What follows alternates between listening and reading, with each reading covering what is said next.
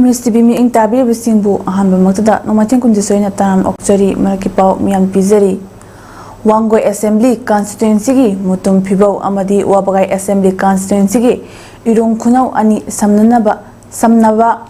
Imphal to mathakta saramba tekraba thong athuba matamda nauna saba hobiro haina Progressive Youth Club mutum phibona lenga ki pukling singsilakli hiramasiga mai lenana ngasi club asina sinana pangthopa pawmisinga unaba amada club asigi General Secretary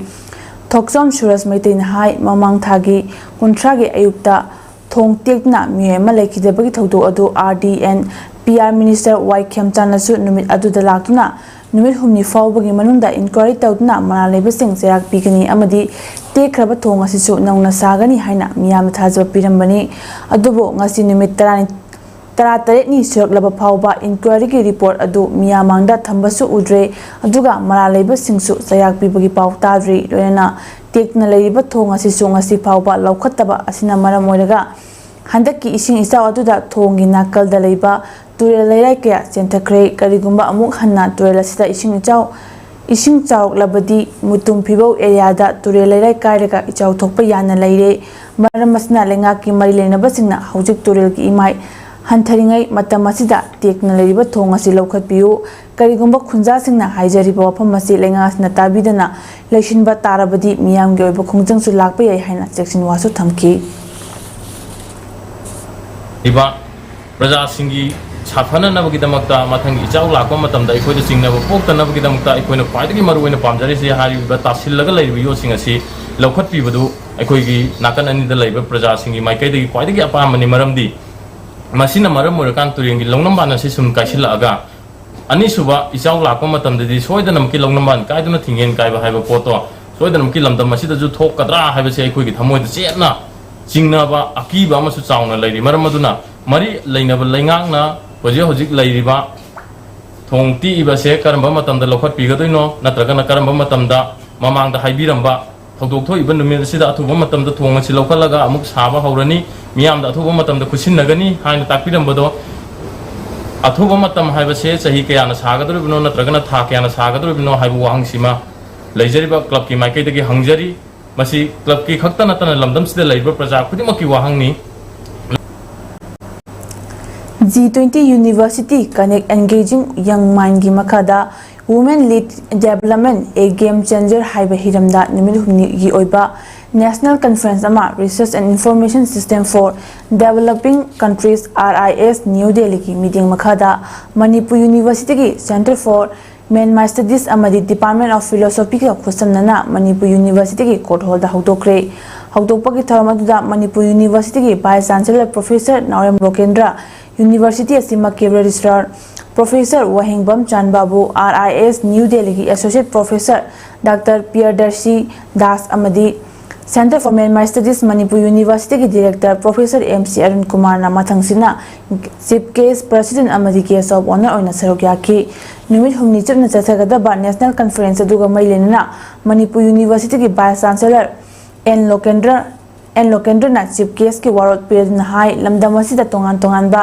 mafam kayada leiriba ima kaithel singdagi hauduna khwairamban kaithel fawbada furup khuding magi nupi singna lamdam asigi semilon fagatnaba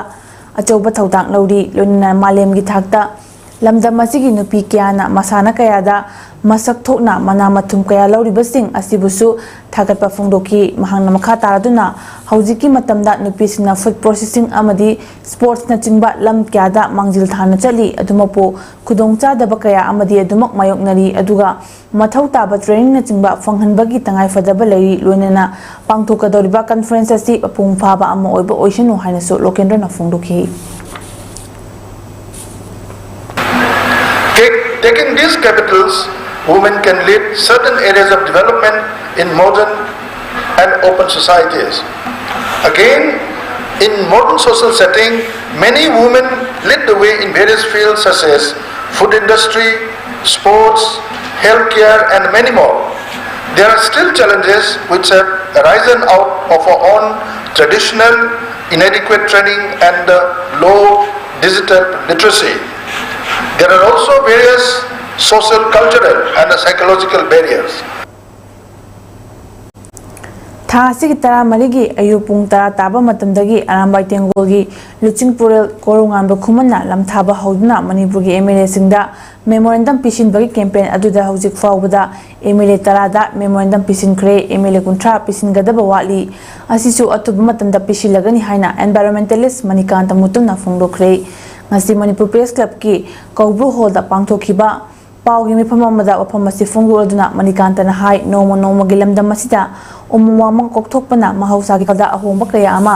ꯂꯥꯛꯂꯤꯕ ꯑꯁꯤ ꯀꯟꯅꯕ ꯍꯣꯠꯅꯕꯗ ꯃꯅꯤꯄꯨꯔꯗ ꯂꯩꯔꯤꯕ private school ꯑꯃꯗꯤ government ꯁ꯭ꯀꯨꯜꯁꯤꯡꯗ ꯇꯝꯂꯤꯕ ꯃꯍꯩꯔꯣꯏꯁꯤꯡꯗ ꯎ ꯊꯥꯕꯒꯤ ꯄ꯭ꯔꯣꯒ꯭ꯔꯥꯝ ꯑꯃ ꯍꯥꯞꯆꯤꯟꯗꯨꯅ ꯃꯍꯩꯔꯣꯏꯁꯤꯡꯗ ꯒ꯭ꯔꯦꯁ ꯃꯥꯔꯛ ꯄꯤꯕ ꯑꯃꯗꯤ ꯒꯚꯔꯟꯃꯦꯟꯠꯀꯤ ꯖꯣꯕꯁꯤꯡ ꯆꯪꯕꯗ ꯇ꯭ꯔꯤ ꯄ꯭ꯂꯥꯟꯇꯦꯁꯟꯒꯤ ꯁꯥꯔꯇꯤꯐꯤꯀꯦꯠꯁꯤꯡ ꯃꯊꯧ ꯇꯥꯍꯟꯕꯤꯌꯨ ꯍꯥꯏꯗꯨꯅ ꯆꯪꯁꯤꯜꯂꯤꯕ ꯀꯦꯝꯄꯦꯟ ꯑꯗꯨꯗ MLA ꯈꯔꯗꯤ ꯆꯦꯡ ꯈꯨꯌꯥ ꯑꯃ ꯅꯤꯕ ꯂꯥꯛꯄꯒꯤ ꯃꯑꯣꯡꯗ ꯌꯦꯡꯂꯛꯄ ꯑꯁꯤꯃꯛ ꯌꯥꯝꯅ ꯂꯥꯏꯕꯛ ꯊꯤꯕꯅꯤ꯫ ꯅꯨꯡꯁꯥꯒꯤ ꯃꯩꯁꯥꯅ ꯃꯤꯌꯥꯝ ꯃꯄꯥꯟ ꯊꯣꯛꯄ ꯉꯝꯅꯗ꯭ꯔꯕ ꯐꯥꯎꯕ ꯀꯨꯝꯖꯥ 2013-16 ꯃꯥꯂꯦꯝꯒꯤ ꯈꯜ ꯀꯥꯏꯊꯍꯟꯗꯅꯕ ꯀꯠꯊꯣꯛꯇꯨꯅ ꯂꯥꯛꯂꯤ꯫ ꯍꯧꯖꯤꯛ ꯐꯥꯎꯕꯗ ꯎ 2,000 ꯍꯦꯟꯅ ꯍꯤꯡꯍꯟꯗꯨꯅ ꯂꯥꯛꯂꯤꯕ ꯑꯁꯤꯗ ꯁꯦꯀ꯭ꯌꯨꯔꯤꯇꯤꯅ ꯅꯥꯁꯣꯟꯅꯅ ꯂꯥꯟ ꯃꯔꯛꯇ ꯀꯦꯝꯄꯦꯟ ꯆꯠꯂꯤ ꯍꯥꯏꯗꯨꯅ ꯀꯔꯦꯝꯅꯕꯒꯤ ꯃꯑꯣꯡ ꯀꯌꯥ ꯎꯠꯂꯛꯈꯤꯕ ꯑꯁꯤꯃꯛ ꯊꯃꯣꯏ ꯁꯣꯛꯅ ꯅꯨꯡꯉꯥꯏꯇꯦ꯫ ꯆꯠꯂꯤꯕ ꯀꯦꯝꯄꯦꯟ ꯑꯁꯤꯁꯨ ꯂꯥꯟ ꯃꯈꯜ ꯑꯃꯅꯤ, ꯑꯦꯟꯚꯥꯏꯔꯣꯟꯃꯦꯟꯠ ꯀꯟꯅꯕ ꯍꯣꯠꯅꯕꯁꯤꯁꯨ ꯂꯥꯟ ꯑꯃꯅꯤ꯫ ꯈꯣꯡꯅ ꯋꯥꯅ ꯑꯌꯨꯛꯇꯒꯤ ꯅꯨꯡꯗꯥꯡ ꯐꯥꯎꯕ ꯆꯠꯄꯗ इसिंग खुया अमा फाउबा पिथक पीबगी महुत्ता नीबा लाकपा ओइना उदुना गेट लॉन्चिनखिबा कया अमसु थेंगनरखि हाइना मणिकांतना फोंदोखि। खुद खुलाई पाइब तंग लामी नतेबो माइ मागी सही सही बा अखोगी सही सपजिंग बु ओइजनो रिलीफ कैम्प दा चलगा अखोगी अगांजिंग लैबा अखोई इमाइ बेंजिंग जे वखन हैतंग ओइजु पाउथोंनबा इसेई नोंगाइ मु तौदना सिजु लामी मखलमनेबो अदुना अखोगी सुंबा आदि पुंग हंदनबा तौबा गी महोता आदि लाइबा कनो जे आइना खोंना वाना अयुक्तगी नुंदाम जे चपा काजिदा इसिंग आदि इसिंग ग्लास अमु पिथपगी महोता गेट थिंजलपगी ममी बुक्ता आइमोना तागिदबा नते अदु MLA खरा ददि दुम कनो सिजिगी अदुम सपोर्ट तौबगी वाहि वाता अदुम थंबिरे अदुगा अखोई जे नीबा लापगी फिबम मा आई कैम्पेन जे आई थंदने सोलो ओइना चपने नीबा लापगी फिबम मा लापदुदि उहनिंगे हाबिसे थमजगे मरुकी पाउ पिजेबा मतंग असते लोसिंजरे मिटिंग ताबिरबसिंगबो खुरुमजरी।